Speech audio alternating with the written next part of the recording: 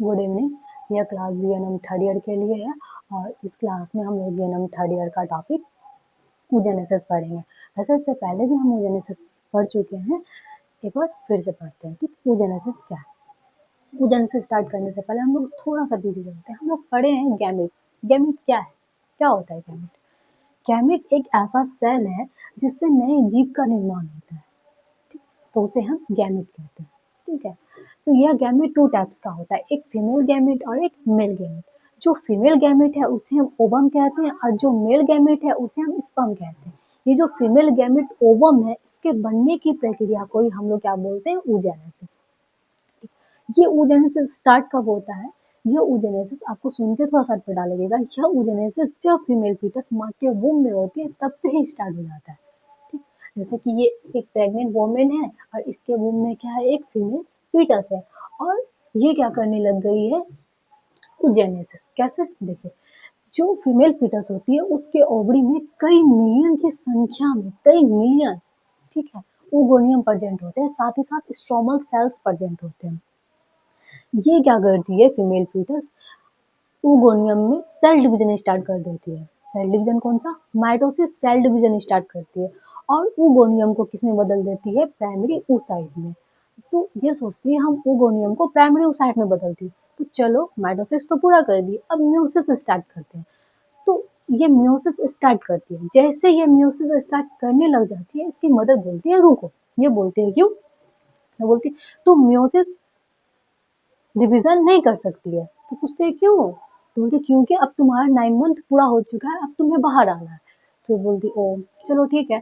तो इससे पहले ये क्या करती है कि ये जो प्राइमरी oocyte बनाई थी, इसके ऊपर क्या कर देती है, ग्रेनुलोसा सेल्स की एक लेयर बना देती है। ग्रेनुलोसा सेल्स कहाँ से आए? मतलब ये जो स्ट्रोमल सेल्स थे, इस सेल्स को इकट्ठा कर देती है और इकट्ठा करके एक लेयर बना देती है जिसे हम क्या बोलते हैं, ग्रेनुलोसा लेयर। ठीक है, ये एक लेयर बनता है, इसलिए इसे हम क्या बोल सकते हैं, प्रीमोर्डियल फॉलिकल्स। फॉलिकल्स मतलब कवर। तो प्राइमरी oocytes के ऊपर क्या हो गया है, एक प्रीमोर्डियल फॉलिकल्स आ गया। तो अब फीमेल फीटस की डिलीवरी हो गई। ठीक है, फीटस तो नहीं है, वो बच्चा है, वो बच्चा कहेंगे। तो उसकी डिलीवरी हो गई, वो आराम से खाती है, पीती है, सोती है, कोई टेंशन नहीं रहती है। ठीक है, कोई दिक्कत नहीं है। फिर जैसे ही प्यूबर्टी आता है, इसको याद आता है कि हम कुछ काम छोड़ दिए थे। ठीक है, हम माइटोसिस डिवीजन किए थे, जैसे ही मियोसिस स्टार्ट किए हुए थे, उसके बाद हमें प्रोफेज में ही रोक दिया गया था उसे पूरा करना। तो फिर ये देखती है, अरे मेरे ओवरी में तो मिलियन की संख्या में ओवोनियम थे और प्यूबर्टी आते आते ये हजारों की संख्या में हो गए, 60 से 80 हजार ही बच गए। तो फिर ये देखती है क्या, ये तो ग्रेनुलोसा सेल्स की एक लेयर थी, अब वो मल्टी लेयर हो चुकी है। ठीक, तो बोलती चलो इसके आगे काम किया जाए। ये क्या करती है, जो multi layer of granulosa cell है, इसके ऊपर एक और स्पेशल लेयर बनाने लग जाती है। ठीक है, ये किसकी लेयर होती है, ये सोमेटिक सेल्स की होती है, मतलब स्ट्रोमल सेल्स की होती है। ये लेयर बनाती है जिसको हम क्या बोलते हैं, थीका सेल या फिर थीका लेयर। ठीक है, थीका लेयर बनाती है, ये फॉर्मेशन स्टार्ट करती है थीका लेयर का। ठीक, मतलब जैसे ये ग्रेनुलोसा सेल्स क्या कर रही है, एक तो पहले मल्टी लेयर बनाई, फिर क्या कर रही है, अपने ऊपर एक और लेयर बना दी स्पेशल, जिसको बोलते हैं थीका लेयर। ठीक है, मतलब फॉर्मेशन करना स्टार्ट की है। तो हमारा जो प्राइमरी oocyte है वो सोचता है कि हम तब से कोई काम ही नहीं कर रहे, चलो हम भी कुछ काम करते हैं। तो ये प्राइमरी oocyte को सिक्रीट करता है। ठीक है, और सिक्रीट करके अपने ऊपर एक लेयर बना देता है जिसे हम क्या बोलते हैं, जोना पेलुसिडा। ठीक है, ये सिक्रीट करके एक लेयर बना देता है जिसे हम कहते हैं जोना पेलुसिडा। और ये क्या सिक्रीट करके बनाता है, ग्लाइकोप्रोटीन। मतलब हम ये कह सकते हैं कि ये जो प्राइमरी oocyte के ऊपर एक लेयर है जोना पेलुसिडा, ये क्या है, एक ग्लाइकोप्रोटीन की लेयर। ठीक, अब ये क्या हुआ कि जब ये फॉर्मेशन स्टार्ट करता है, ये दोनों जोना पेलुसिडा और थीका सेल, तो उसे हम क्या बोल देते हैं, प्राइमरी फॉलिकल्स। ठीक, अब क्या हुआ, अब ये कंप्लीट, ठीक है, ये कंप्लीट थीका लेयर बन गया और कंप्लीट हमारा जोना पेलुसिडा बन गया। जब कंप्लीट थीका लेयर और कंप्लीट जोना पेलुसिडा लेयर बन जाता है, साथ ही साथ मल्टीपल ग्रेनुलोसा सेल्स की लेयर होती है, तो उसे हम क्या बोलते हैं, सेकेंडरी फॉलिकल्स।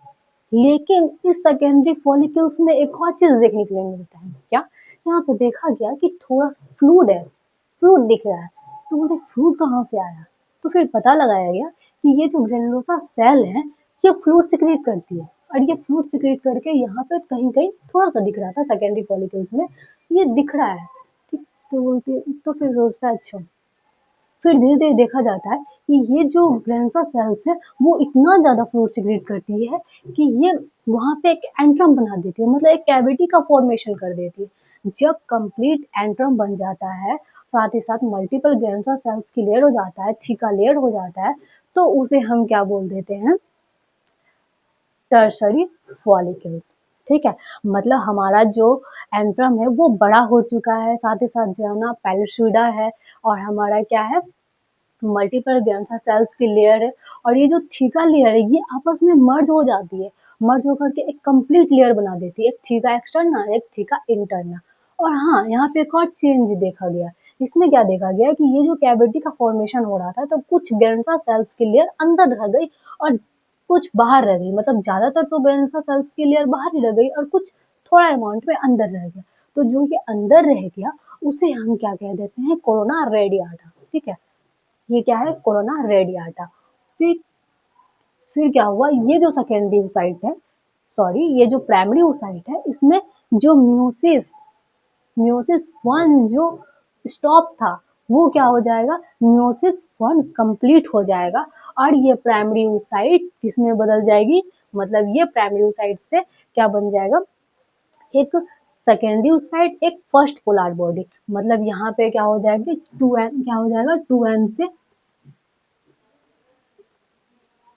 मतलब एक सेल से दो सेल बन जाएंगे, एक बन जाएंगे हमारा सेकेंडरी oocyte, दूसरा फर्स्ट पोलर बॉडी, ठीक है। तो इस कंप्लीट स्ट्रक्चर को हम क्या बोलेंगे, सेकेंडरी oocytes के बाहर जो स्ट्रक्चर बन गया उसे हम क्या बोलेंगे, टर्सरी फॉलिकल्स या फिर ग्राफिन फॉलिकल्स, ठीक। तो इसे ही हम क्या बोलते हैं, oogenesis, ठीक है। ये हमारा, ये ओवरी है, और ओवरी का ये मेडुला वाला पार्ट है, और ये कॉर्टेक्स पार्ट है, ठीक।